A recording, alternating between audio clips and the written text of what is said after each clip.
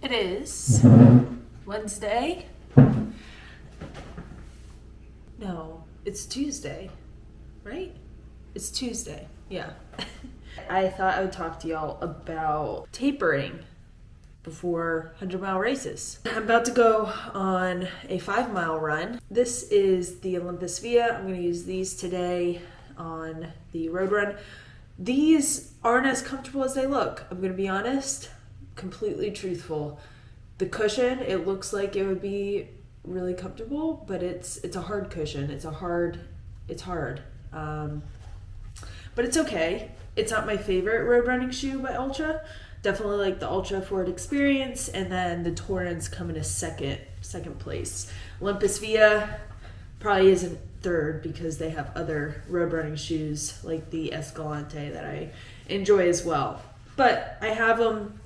I've been running a lot in the Ultra Forward Experience. Something you want to keep in mind with your shoes, just a side tangent here, if you're able to, I know shoes cost a lot these days, but if you're able to, if you find a shoe you really like, get 2 pairs of them and switch off between them for your runs. That helps the cushion and helps the shoe. If you use one shoe one day and then the next day you use this shoe, it allows using the shoe the next day, the second shoe, I should say, allows the first shoe to like puff back up. I think of like a marshmallow. If you keep compressing the marshmallow every day, it's just going to get smaller, smaller, smaller.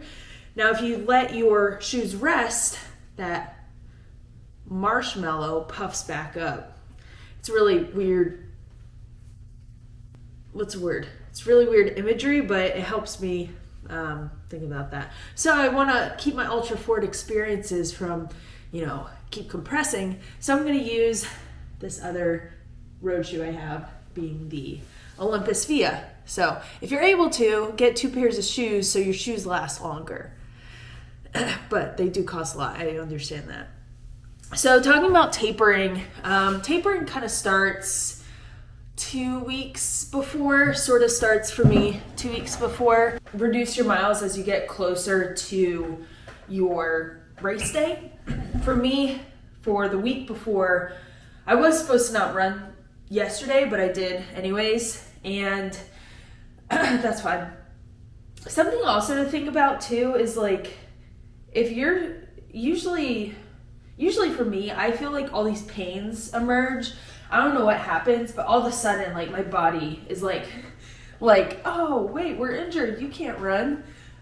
I feel all these pains all over. So if you do feel any pains, just know your mind might be playing games on you, because I think that's what it does for me. I usually get to a race and I feel just fine. But if you need to, the week before, just walking before the race and just like kind of staying active, maybe stretching a little bit, maybe doing a hike, you're not going to lose any of your fitness the week before. Obviously running is really great if you can run, but you're not going to like lose everything. What that looks like for me is prioritizing rest and prioritizing just recovery as much as possible, and just trying to feel my best going into a 100-mile race, because it's going to be long and it's going to be tiring. So making sure you get enough rest is important. So this week before, I did about 5.5, 6 miles, very easy pace.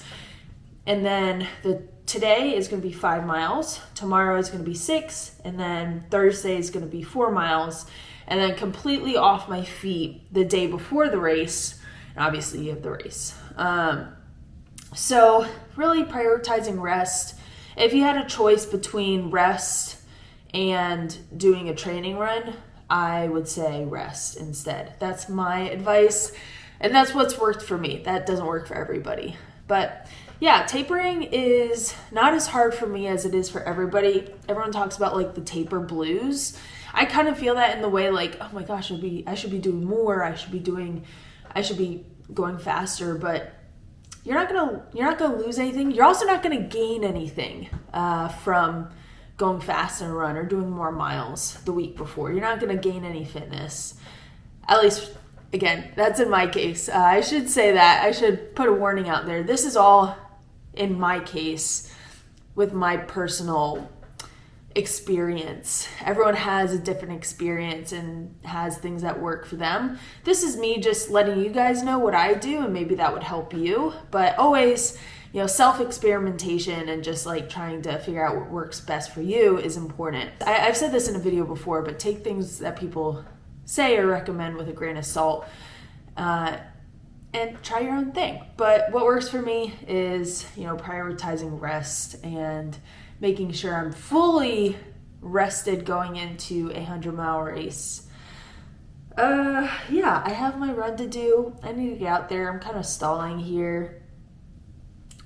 Also stretching. I didn't stretch at all yesterday because I ran to work and I was like, okay, almost late, so I had to clock in. So I wasn't able to stretch, and I felt it pretty bad. So when I eventually got home, I used the compression boots, and then I used the foam roller and stretched really well, and I do feel pretty good today. But that's it. We're using the Olympus Via, and we're gonna do a 5-mile road run. Maybe I'll run to the trail across the road and do a little trail running out there. But yeah, that's it. All right, y'all. Thanks for watching. Bye. This will be my last video before javelina. I know it hasn't been like super consistent. I don't want to have to focus on one more thing while traveling to Arizona for the race, so I just want to make it as simple as possible. So this will be the last video posted on Wednesday before the race, and then I'll post again on Monday. Looking forward to javelina. I want to focus on my pace. I want to focus on being smart. I want to focus on fueling and just trying to push past any tendencies to slow down or tendencies to take the foot off the brake. Not the brake, the gas. Yes, always take the foot off the brake, especially in races. I am hoping to get a golden ticket. Will it happen? Hopefully, yes, I want to. I'll do everything I can to do that. But this race is also highly competitive. There's so many fast people in this race, but something I keep reminding myself of that I learned in Run Rabbit is that I'm fast too. I'm quick and I'm competitive, and I need to believe that about myself, that I can be as competitive as everyone else in this race. I have done a lot of 100s and I've done a lot of racing, and it's time for me to just trust in my training and trust in myself and not let myself slow down because of any reasons. I want to do well and I want to do my best, and hopefully that turns into a golden ticket. What a golden ticket is, Western States 100 is the oldest 100-mile race in the country, and it is very popular. It's very fast. It's in California. It's in June, and so many people want to do it. Golden ticket races like javelina are races where you get entry into Western States. A lot of people want to run Western States. I do too. It seems like a good time. It seems like a good experience. I would love to see how I do. So that's what I'm doing. I'm trying to get there. If it doesn't happen, whatever. I would love to. Anyways, yeah, so that's what this race is. Javelina 100 is a golden ticket race. Number 1 and number 2, ladies and men, get a golden ticket. So it is competitive as heck. So yeah, all right, y'all. Wish me luck. Bye.